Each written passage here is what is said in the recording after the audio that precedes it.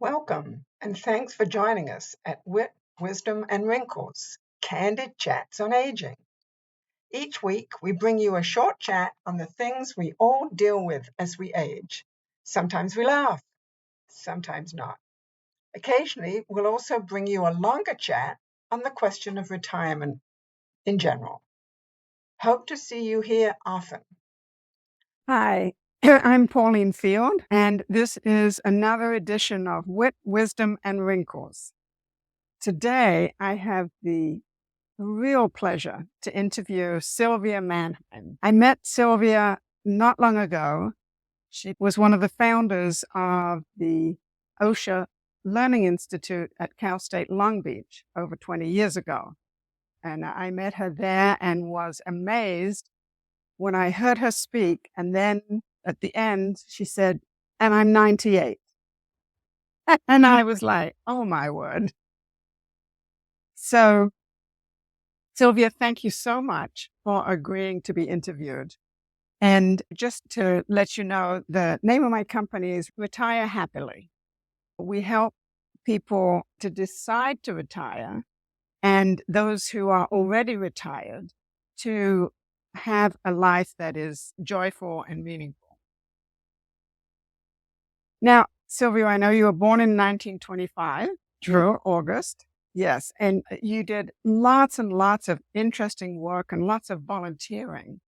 It seems from when you were a child. And you taught exceptional children in Michigan. Can you give us a thumbnail of your life until, say, Michigan? I've had a long and eventful life since Michigan. I grew up in the Bronx in New York City in a left-wing working person's cooperative where most of the people who lived there worked in the garment industry. And many of them were from Poland and Russia, Estonia. They were Jewish. And they came to America to find a better life for themselves because they were discriminated because they were Jewish living in those countries. So my mother and my father, they settled on the Lower East Side in New York. And then they were very young, 18 to 20. And then when they were in their early 20s, a group of people got together, which was really unusual. And they said, which was far from the lower Manhattan, there is land. And maybe we could build some houses where people could live. Jews, blacks, whites, Irish people could all live together in harmony and have children who could grow up in a diversified culture. And that's what's my upbringing. Fabulous.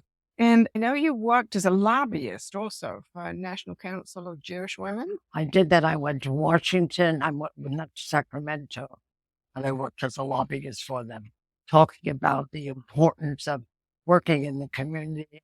And we were a group of Jewish women who formed a coalition to make things better in the city of the Long Beach area. Tell me about the work you did at Long Beach Memorial. I set up a breast center at Long Beach Memorial, and we actually examined, not we, because I was the person who brought in the people, but we examined over the 9 years that I worked there, over 20,000 women, and found some of them with breast cancer and saved their life. Wow. That's fabulous. Yes, self breast exams are so important. Well, I think that women should take a breast exam every year because even though most women do not examine their own breast. So it's really important to go to a breast center or to your doctor and have to give you a good breast exam. Now, you retired from Memorial Hospital in 1996, is that right?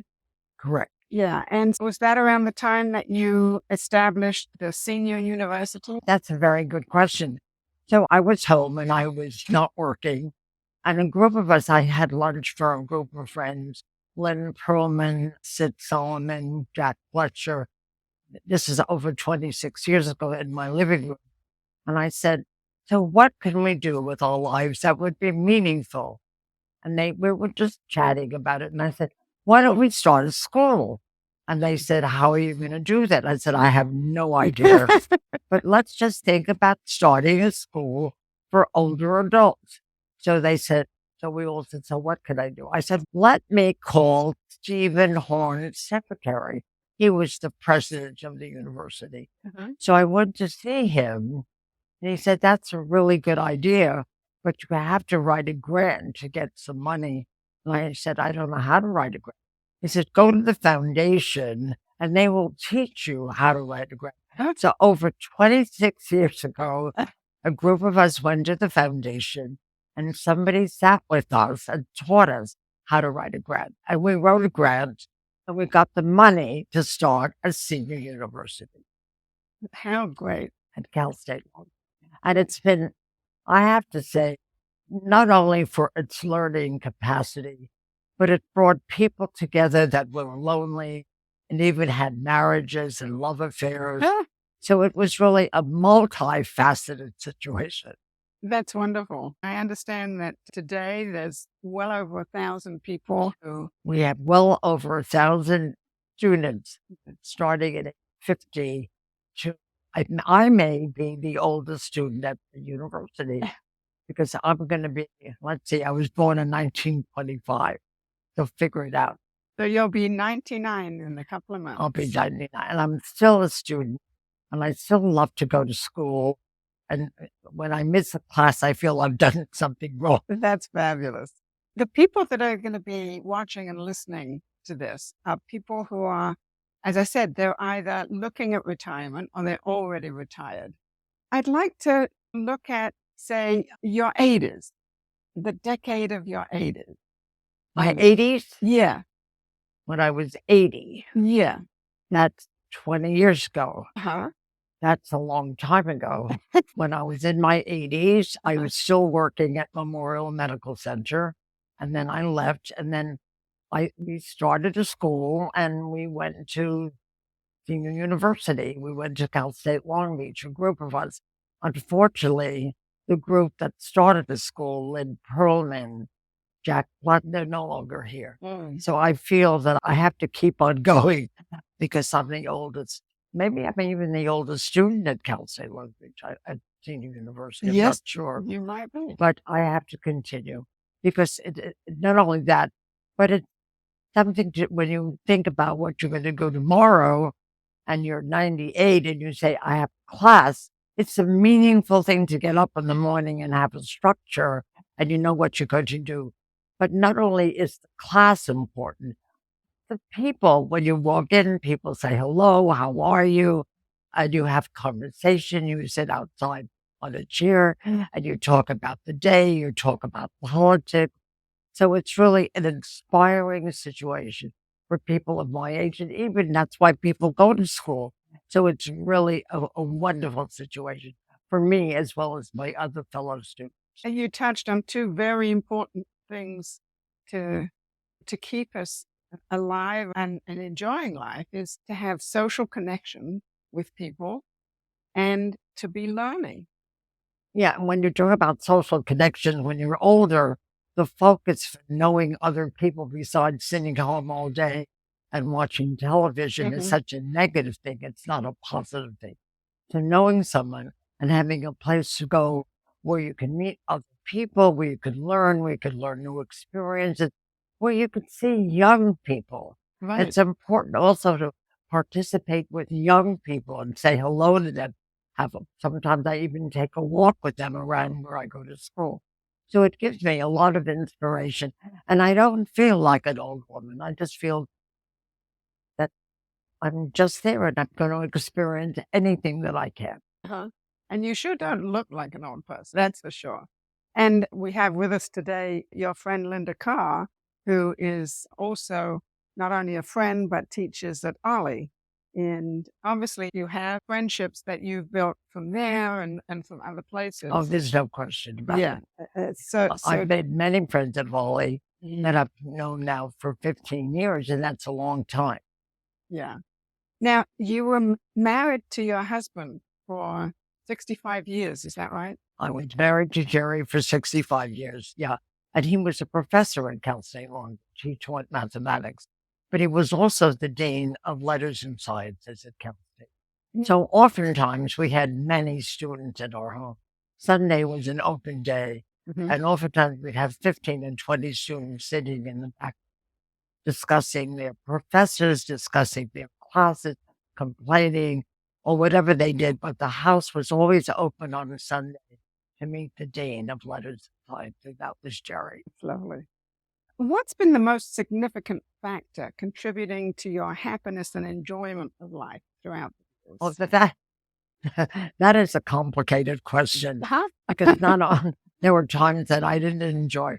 Unfortunately, we were involved in the McCarthy situation for many years, and that was a very difficult and trying, scary time when my husband lost his job because of me. Because when I was a young person, I worked as a switchboard operator for the Communist Party, and it appears that under McCarthy, that was probably the most dangerous job in the world. And I personally was going to overthrow the American government, which was what would have been a feat if I could have done that. But anyway, my husband lost his job and we had to find other ways to earn a living. My brother helped me. And finally, after many years of going to court and arguing, things changed politically. He found a job back and we moved to northern Michigan, to the Upper Peninsula, where he had his first job after the McCarthy situation. And then after that, we moved to Peoria, Illinois. And after that, we moved to Cal State Long Beach, where he became the dean of letters and science. Yeah. So we had a complicated life, but it was really interesting and fascinating because my children lived in many different places and had many incredible experiences. Yeah. It enriched their lives. Oh, totally enriched their life. Also enriched my life as well. And then during that time, the Agency for International Development, which is called AID, asked my husband to go to India to set up mathematical institutes there, which he did for 6 months, and then he came home. Wow. Yeah. And your children, you have 3 children. I have 3. Every mother feels that their children are the best in the world. I have 3 really wonderful children. I have 2 girls and a boy. And they live close, is that correct? They live close, yes. Yes, they do. And they bring a lot of joy to my life. And then I have a little grandson, which he's terrific. And then I have 2 grandsons at this point. One is called Milo Manheim, and he's an actor in his own way. He has a show that he's in. And we have a little one. So I'm a very lucky. Yeah. Oh, that's great. I just want to say, aside from my family, I'm very fortunate because I have really wonderful friends that I consider to be part of my family. I have friends that we come and we eat together, we play cards together, we talk politics together, we even cry together when things are sad and we laugh together. These are people that without them, my life would not be fulfilled. So they're important to me as my family, and they've become part of my family. Very much. So is it that the people that have helped you to stay positive when you've had the challenges in your life? No, they were part of it, but it was myself, actually, when I realized that I was really a good person and that when outside influences happened, it was not my fault. So I overcame all that. I always felt that I was a good person and that the community or society had to change. And it did. So I always felt that I was a good and decent person. That's great. Yeah, and from reading your bio, clearly you are. I just have to share something that I read in one bio about the times when you really worked on segregation in particular, where you said, getting arrested for civil disobedience became a regular pastime for me. It felt that I was doing something productive and positive, not just by sitting at home, but getting there on that picket line and making a statement. And even though it offended some people, it was an important statement to me. And even though I was arrested and put in jail overnight, I felt that it was a really good thing. Never regretted it, never for a moment. That's wonderful. Yeah, democracy is not an armchair. No, it is not an object discipline. It's out No. there to make changes. Absolutely. And Yeah. when my children march on all these marches for human rights and better wages, I'm so proud of them. So proud of them. Mm-hmm. Can you share any of your daily habits or routines that have helped you stay so positive? That's a complicated question. There are days you get up and you don't feel great, and the days you get up, you know that you can conquer the world. What I do is I have a structure in my life, and having a structure in your life is really important. Going to school, meeting a friend, going on a picket line, doing all kinds of different things, or even going shopping is something that I like to do. And going out, meeting somebody for lunch, and going to the movies, going to somebody's home and sitting and eating their good food and having a discussion. Those are all positive things. And that's what makes a life. It's just not one thing. It's many things together. Mm-hmm. But the most important thing is to have people in your life that you can talk to, that you feel safe with, that you can have discussions with, even though they may not agree with you. It's still a wonderful thing to have a discussion with someone who respects you. Mm-hmm. And that feels, okay, that's your opinion, this is my opinion, but you have the right to feel that.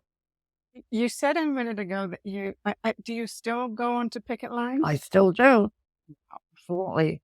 There was a women's march on May Day, and I was there. Really? Oh, yes, I'm still out. Fabulous. What a role model. How do you adapt as you grow older? Are there limitations that have stopped? I have had severe limitations. When I was a younger person, I would drive, I would pick up friends of mine, and then I lost I got blind in one part of my eye, in my right eye, and my left eye is very limited, so I can't drive.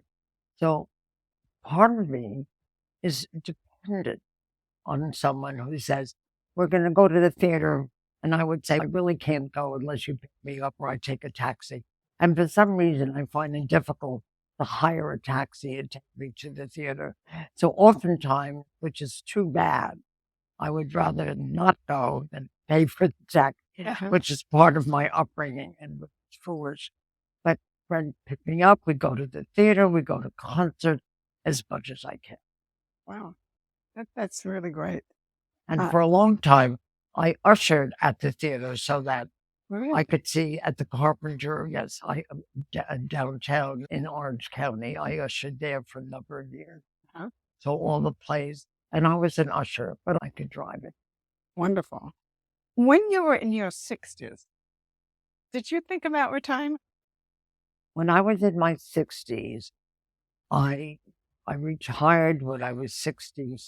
No, I didn't think about it. I thought about it when I was past 65, when I felt that it was time for me to stay home a little bit and do things other than go to work. Yes. But it was not a frightening thing for me. I did it intentionally because I would have more time. We bought a place up in the Northwest on the Columbia River. And so it was really wonderful for us, my husband and I, to go up there. He had retired, so we could both go up and spend the summers or a little bit more than the summers on the Columbia River, which I do every year. You still do that? I still do that. In fact, we're going to be going up in the next 4 or 5 years. So I feel very fortunate that I have 2 places to live. I have one in Long Beach, and the other I have up there on the outside of Portland, which wonderful. is really quite. It is. It is. You said that you really didn't think about retirement much. You just decided that, yeah, I want to do some other thing. It was time. Yeah. It was time. No, it was just time. And then the retirement up where I retired, it's actually a full life because I became involved in the community. I got involved in the politics of the city, made friends. It's a real community where everybody knows each other. And Sunday, the entire community walks together. It's a mile around. And then we meet at somebody's house who gives us. Lovely. It is lovely. Mm-hmm. It's really a community and everybody knows each other. Even though everybody has different political viewpoints, it's still a really nice place to live. I have a bench right outside my house, and oftentimes people will stop while I'm sitting there. We would have an incredible discussion, which is really a nice way to live in a community. People know each other and talk with each other. Even there, we have different ideas about how government should operate. And how refreshing Oh, to it is. hear It's that, wonderful. that Yeah. you can have those conversations. And I've been there now for almost 30 years. So are there still some things you want to accomplish? I think as one lives, one always wants to accomplish. I want to continue going to school and taking classes because learning is up for everything and never stops. I'm also liking to get to know my neighbors better. I'd like to do some more traveling. So there's always something to look forward to. And the most important thing, I'd like to be part of accomplishment to make this a better society and a better world. And that seems to have been your mission all your life. I grew up in that kind of, I grew up in a community where there were working class people who worked in shops that were underpaid and exploited, and they went out on strikes and they formed unions. So as a little girl, my focus was always to see if we could all of us working people have better lives. And May Day was a big day in my life because we would march in New York City would be like 100,000 people marching for equal pay, for better working conditions, for equal rights for Black and white and brown people, that everybody was equal. That was my upbringing, and that's what I taught my children.